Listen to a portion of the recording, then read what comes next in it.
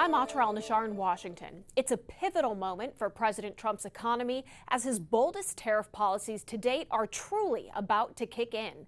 1 week from Friday, President Trump's next round of tariffs on trading partners around the world are set to take effect, some as high as 50%. After months of delays and extensions, President Trump's tidal wave of universal tariffs, higher than anything we've seen so far, will hit imports August 1st. The president brushing off economists' forecasts that taxing products coming into the U.S. will add to inflation, with prices expected to really start rising in the fall. We have no inflation. We've wiped out inflation. So far, tariffs' impact on consumer prices has been light, with moderate price increases on goods that usually come from abroad, like furniture and certain food products. Key trading partners, Canada, Mexico, South Korea, and the European Union are heading into August 1st without a negotiated deal. Instead, a letter from President Trump telling them their products will be tariffed between 25 and 35% respectively. Once those letters go out, we have a deal. Whether the president actually follows through with these import taxes is questioned by many on Wall Street who've coined the phrase taco. Trump always chickens out. Friday morning, the president seeming to hedge on strong-arming the EU. I would say that we have a 50-50 chance, maybe less than that. Minutes later, he said this. I think EU has got a pretty good chance of making a deal. If not, the EU is ready to hit back with counter tariffs of their own. Wall Street has more than recovered from the initial blow of Trump's April tariff rollout. It seems the one trade relationship still making investors nervous is America's biggest, with China. The U.S. and China have a temporary trade agreement expiring August 12th. Treasury Secretary Scott Bessent seeking to extend it during their talks in Sweden next week. Hopefully, we can see the Chinese pull back on some of this glut of manufacturing that they're doing and concentrate on building a consumer economy. The president's also considering up to 200% tariffs on pharmaceuticals to promote domestic drug production and 100% tariffs on countries that buy Russian oil, specifically India and China. In Washington, I'm Atra Elnashar. Data from the U.S. Treasury estimates President Trump's tariffs have generated around $100 billion so far this year, with much more estimated to come in. Let's go to Emma Withrow from the Fact Check team to discuss. So when you hear that number, that's obviously a hefty sum, but it will come with a price? Potentially. So experts have been warning the price will most likely be passed on to the American consumers. We've heard that many times, unless importers or businesses just decide to eat the tariffs cost and lose money themselves. But according to June's Producer Price Index report, producer prices actually didn't go up in June, which also kind of signals that the U.S. is so far avoiding collateral damage that we kind of were expecting to see from these tariffs. So Morgan Stanley is saying that these tariffs could bring in $2.7 trillion over the next 10 years. Yeah. The Congressional Budget Office is saying they could cut the deficit by $2.8 trillion, but also slow the economy. So clearly there are different takes. Elaborate on why. Definitely. It's kind of like looking at two sides of the same coin. So Morgan Stanley's talking about how much money the government might collect, and then the CBO is looking at the bigger picture here, saying, yes, tariffs do bring in cash, but they can also slow growth, push up prices, and cut into household spending. The CBO estimates the economy could be about 0.6% smaller over the next decade because of tariffs. All right, it's kind of like a balancing act. Yeah. Emma, thank you so much. You. Later on, Emma will join us to break down the potential impact these tariffs could have on interest rates and consumers years down the road. Federal Reserve Chair Jerome Powell has essentially said tariffs are a reason he isn't cutting rates yet. But is that justified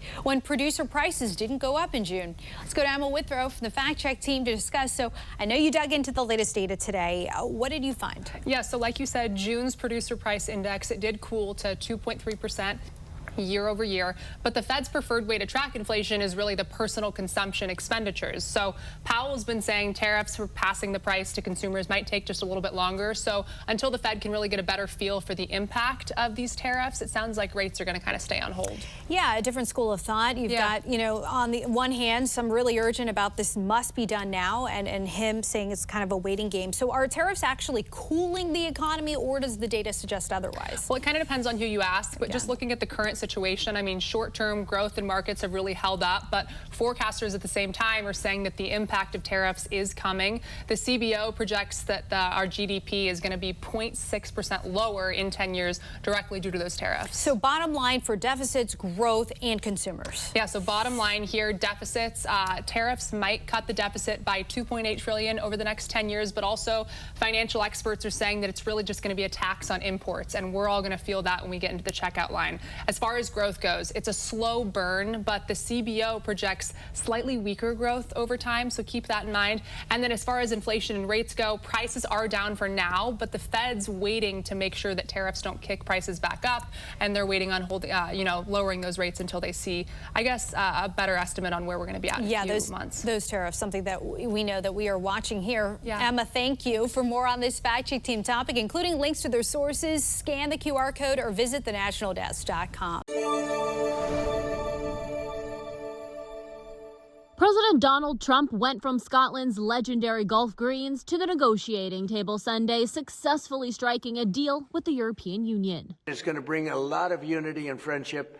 It's going to work out really well. This was the big one. This is the biggest of them all. The agreement comes after months of tense talks. The president says the deal includes 15% tariffs for automobiles and other products. That's half of the 30% tariffs threatened by Trump, which were set to kick in on August 1st if no deal was made. I think we hit exactly the point we wanted to find.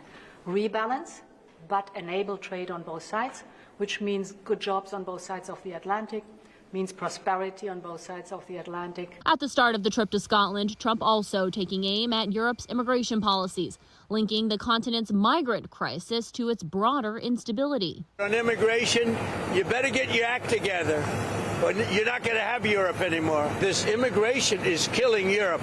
On Friday, President Trump signaling to reporters outside the White House that more trade deals will soon be announced, with letters being sent to countries worldwide. When that letter goes out, that's a deal. And we'll be sending maybe close to 200 of those letters out. It's also a warning shot to those who have yet to make a deal that time to negotiate is running out. Last week, President Trump struck deals with Japan, Indonesia, and the Philippines. Earlier this month, his team finalized a beef export agreement with Australia.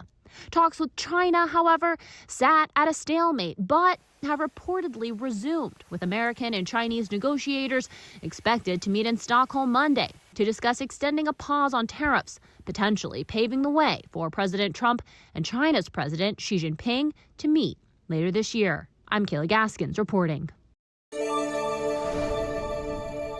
I'm Atra El-Nashar in Washington. It's a high-stakes economic week ahead for President Trump. He and his economic team are working to secure last-minute deals ahead of their Friday deadline when tariffs on imports from around the world are set to multiply. President Trump looking to lock in more trade deals with major economies after announcing a long-awaited agreement with the European Union. If we are successful, I think it would be the biggest deal each of us has ever struck. So I'm very much looking forward. Ever struck by anybody, that's true. The biggest prize now is landing a deal with America's single largest trading partner, China. We have a good relationship with China, but China's tough. And like you're tough, you know, we're all tough. Treasury Secretary Scott Bessent leading the U.S. delegation for a third round of talks with Chinese counterparts beginning Monday in Stockholm. I don't expect some kind of enormous breakthrough today. What I expect is continued monitoring and checking in on the implementation of our agreement thus far. Currently operating under temporary trade terms expiring August 12th, the White House looking to extend that deadline another 3 months. As President Trump looks to bolster U.S. manufacturing, part of securing a balanced trade relationship with China, Bessent says, is to see China manufacture less and consume more. If they are willing to go down that route, then we could actually do it together. And then there are lots of other things we can talk about, whether it's them buying sanctioned Russian or Iranian oil. That's now in question. Monday morning, President Trump said he's shortening his deadline for Russian President Vladimir Putin to end his war in Ukraine. 10 or 12 days from today. There's no reason in waiting. Before imposing secondary tariffs of 100% on countries buying Russian oil. China is a top importer of Russian oil. Other major trading partners without deals by Friday will see their imports tariffed in the U.S. at a much higher rate. No extensions, no more grace periods. August 1st, the tariffs are set. Trump says he doesn't have time to negotiate with smaller nations, so they'll all be tariffed at a blanket rate around 10 to 15%. In Washington, I'm Atra El-Nashar.